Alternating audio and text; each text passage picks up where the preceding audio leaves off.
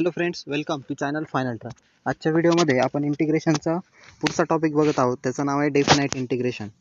काही सब्जेक्टमध्ये किंवा काही सिलेबसमध्ये हा टॉपिक सेपरेट चॅप्टरने दिलेला असतो. फक्त त्याला नाव आहे आता डेफिनाइट इंटिग्रेशन. आपण आतापर्यंत इंटिग्रेशनवरच्या अनेक व्हिडिओ बघितले आहेत.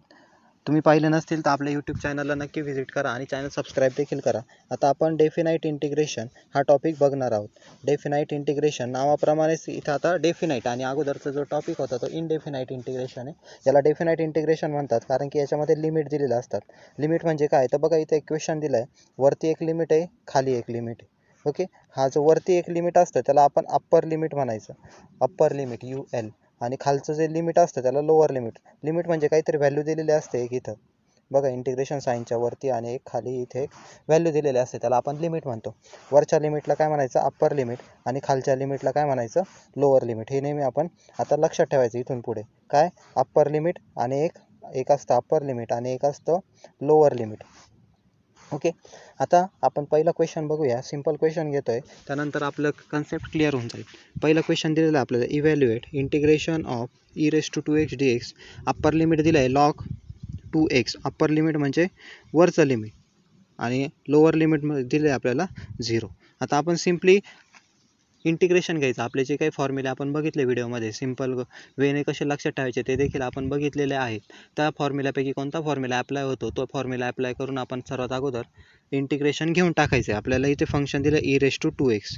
इंटिग्रेशन ऑफ e⁻x चा फॉर्म्युला आपल्याकडे आहे. काय येतो इंटिग्रेशन ऑफ e⁻x चा, e⁻x येतं.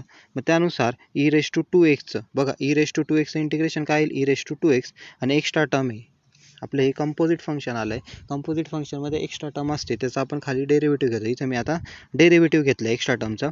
ते आलं माझं 2x डेरिव्हेटिव्ह काय येतं 2, ते आपण इथं घेतलं आहे. आणि बघा इंटिग्रेशन घेतलं, हे महत्त्वाचं आहे. आपण जेव्हा फॉर्म्युला अप्लाय करतो, फॉर्म्युला अप्लाय केल्यानंतर म्हणजे काय करतो आपण, इंटिग्रेशन घेतो. या स्टेपला आपण इंटिग्रेशन घेतलं आहे. इंटिग्रेशनचं साईन इथं, इंटिग्रेशनचं साईन खाली आलं आहे का नाही, इंटिग्रेशनचं साईन निघून गेलं आहे. परंतु हे जे लिमिट आहे हे इथं लिहिलं होते, इकडे लिहितो आपण ब्रॅकेट करून. ब्रॅकेटच्या बाहेर अप्पर लिमिट आणि लोअर लिमिट अशा प्रकारे आपल्याला लिमिट लिहायचे. त्यानंतर या स्टेपला आपण इंटिग्रेशन सॉल्व केलं आहे. खालच्या टर्मचा डिनॉमिनेटरचा डेरिव्हेटिव्ह घेतला आहे. आता बघा हा 2 आहे, 1/2 मी बाहेर घेतला हा डिनॉमिनेटरचा. उरलं काय ब्रॅकेटमध्ये, e⁻²x अप्पर लिमिट आणि लोअर लिमिट. त्यानंतर काय करायचं आहे, upper limit minus lower limit. ह्या स्टेपला काय करायचं आहे, अप्पर लिमिट, हे महत्त्वाची स्टेप आहे, upper limit minus lower limit. हा फॉर्म्युला असं लक्षात ठेवायचा, upper limit minus lower limit. म्हणजे आपण आता लिमिट अप्लाय करतो. या स्टेपला आपण काय करणार आहोत, लिमिट अप्लाय करणार आहोत. लिमिट अप्लाय करायचं म्हणजे काय करायचं, एक्सच्या जागी जिथं एक्स आहे आपलं फंक्शन आहे, त्या एक्सच्या जागी एकदा अप्पर लिमिट टाकायचं आणि मायनस करून लोअर लिमिट. आता इथे बघा, इथे आपल्याकडे e⁻²x हे आपलं फंक्शन आहे, e⁻²x. मी इथं एक्स आला आहे ना, त्या एक्सच्या जागी मी अगोदर अप्पर लिमिट टाकलं काय, log 2, आणि एकदा लोअर लिमिट टाकलं 0. म्हणजे एक्सच्या जागी व्हॅल्यू पुट करायची, upper limit minus lower limit. त्यानंतर e⁻log 2चा स्क्वेअर काय झाला, log 4. इथं आला log 4 आणि e⁻0ची व्हॅल्यू 1 येते. हे नेहमी लक्षात ठेवा, e⁻0 काय येतो 1. मग तो इथं लिहिला आहे आणि मध्ये हे minus sign, upper limit minus lower limit, नेहमी मायनसच करायचं.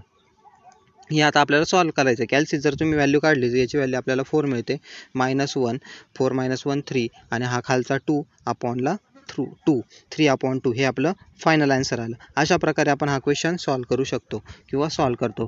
फक्त याच्यात लक्षात काय ठेवायचं आहे, upper limit minus lower limit. या स्टेपला आपण केलं आहे upper limit minus lower limit. आणि शेवटला आपण इंटिग्रेशनमध्ये +c लिहितो, त्यामध्ये +c लिहायचा नसतो. कॉन्स्टंट आपण ॲड करत नाही कारण की इथं डेफिनाइट इंटिग्रेशन आहे त्याचं नाव. इथे आपल्याला इंटिग्रेशनचे व्हॅल्यू दिलेले असतात, कुठून कुठपर्यंत, म्हणजेच अप्पर लिमिट आणि लोअर लिमिट दिलेलं असतं, म्हणून इथं आपण +c करत नाही. अशा पद्धतीने आपण हा क्वेश्चन सॉल्व करू शकतो. Thank you friends for watching video.